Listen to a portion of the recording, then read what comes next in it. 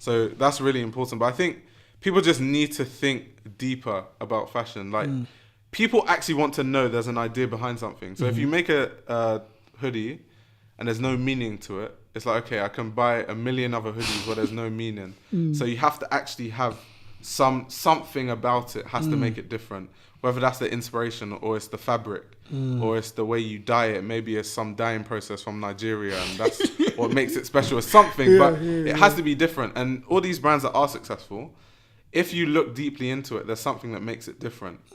So even the most basic of things. So honestly, those are the things I'd say if you want to be a good designer. Obviously, there's other deeper things like the business of it, like knowing what a buyer is, knowing how to get buyers, knowing how to get your brands in front of the right people, knowing what your audience is and making sure that you stock in the right stores. Like, it's not just about stocking in any store.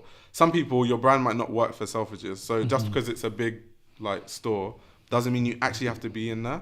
Otherwise, it might actually affect your brand. So there's a lot of things I can get into, but that's like deep. Do you know how long have we got, Gabs? 20 minutes. Because I want to get into this. Yeah, I can't lie, because I'm learning a lot. Not to say I want to be a designer. I'm not saying that, but I'm learning a lot myself right now. So what sort of question can I ask off of that? So what are the sort of brands you see right now, other than, you know, the Cold Walls and the Essential, Jerry Lorenzo, Fear of God, sorry. Like, in terms of like the UK, are there any brands you can see right now that have those sort of elements that you just spoke about? There's a lot. There's a lot, yeah? Yeah, okay, that's good loads. To know. There's Maximilian. Who are off the top of my head? I'm trying to think of London brands. Not even just London, sorry. You just UK. Okay, yeah. UK, like Pierre Gosson, Maximilian. There's a lot of... So there's something called Fashion East, and it's like a talent incubator, sorry. And people that are like up and coming designers, they apply to it, and if you get into it, they sort of fund you to go to London Fashion Week and stuff. And most times the designers that are on that are always really, really good, and they become like next big things. So people from Fashion East have been people like Martine Rose. Yeah. I know Martine Rose. People like Craig Green. Those kind of people like Simone Rocha, like all these like big designers out of London, they all came through like Fashion East. So that's a good thing to look at. I think most people that are in Fashion East are probably on the level I'm talking about, to be honest, because even the fact you were accepted means you're at a certain level. Honestly, there's so many different brands, but I can go back to the whole point about like stocking in a store. So for example, if your brand is like more street leaning, like more essentials, then you'll probably want to be somewhere like Selfridges.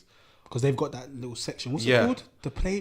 It's like, it's called. Yeah, it's sort of like a street luxe sort of, But if your brand is more like avant-garde, if you stock in Selfridges, I don't feel like the type of people that shop in Selfridges go to buy avant-garde stuff.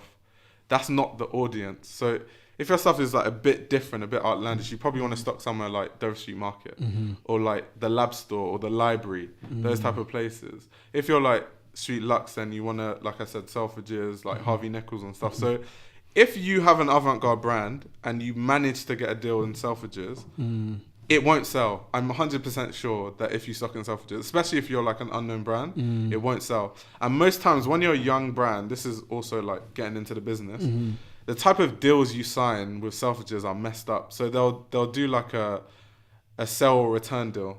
So normally when you're a big brand anyway, say Selfridges buy my clothing, they just buy it and then I forget about it. That's it. Then they have to sell it. It's on them to sell it. But when you're a young designer, because they're not sure if your clothing sells or not, because they don't have any data, they'll be like, okay, we'll buy your clothing, but if it doesn't sell in our store after a year, we'll sell it back to you for the same price you bought it. And it's in a contract. So if nothing sells, you're the one that loses money, because you're thinking, oh, I've sold my stuff for whatever amount of money, and then a year later, they haven't sold it. And then now you have this massive bill where they've returned like all your clothing. Which is why, as a young brand, you don't want to be stocking in stores that don't work. That's why it's important. That sounds like a 360 deal. Like, you know, that's really, it's so important to know things like that. Like these little elements, from what you're saying, obviously they're so important to know. And to me, it's like, why don't people know this? Do you know what I mean? Why do you think people don't know this? one is because people don't do their research, and two, it's just because like a lot of the like insider information you don't really know till you actually work in it, or unless you meet someone, which is why I feel like it's good to always find mentors. Like if you want to start a brand, find someone who has one, because they'll have a lot of advice. Like all the stuff I know, they probably know as well if they have a brand, especially if it's like successful. So yeah, I think a lot of people just need to talk more, network more, ask more questions before they do stuff. It's interesting that when I asked you to kind of name the brands that you think have the elements that you're sort of discussing, you didn't mention any brands in like the luxe streetwear space, yeah? Do you feel like being in that space almost makes it harder for you to kind of do certain things? Not really, because like, okay, so there's brands that I like the cultural thing around it. So like Cortez, you know Cortez, obviously. Yeah. There's Jehuko. Okay, yeah. So obviously you're wearing Nothing. Nothing is like one of those brands. I feel like Nothing though has stagnated a bit. It's almost like they're not evolving, and it's been so many years. I think Cortez is like evolving, especially in terms of like marketing. The way they market that brand is really, really good. Like the marketing, whoever's running it, I don't know if it's him himself, like Clint, or someone else, but whoever's in charge of marketing for Cortez is like really smart. So no, there's some brands that I like, but they're not like Cortez. I don't think is ever gonna, because it's at its core, it's like about the culture. So if they start stocking in like all these different stores, it's just gonna lose a bit of that element. So I feel like that's why it's not like I feel like there's anything wrong with those brands. I just feel like it's a different space. Yeah. Thank you for watching another episode of Where's My Podcast. If you ever want to take in future episodes on the go, you can find us on Spotify and Apple Podcasts. Whilst you're there, please leave us a 5-star review. It would really help. And also, don't forget to follow us on our Instagram, WMTV_LDN, to keep up to date with the latest goings on in UK fashion. Keep it locked.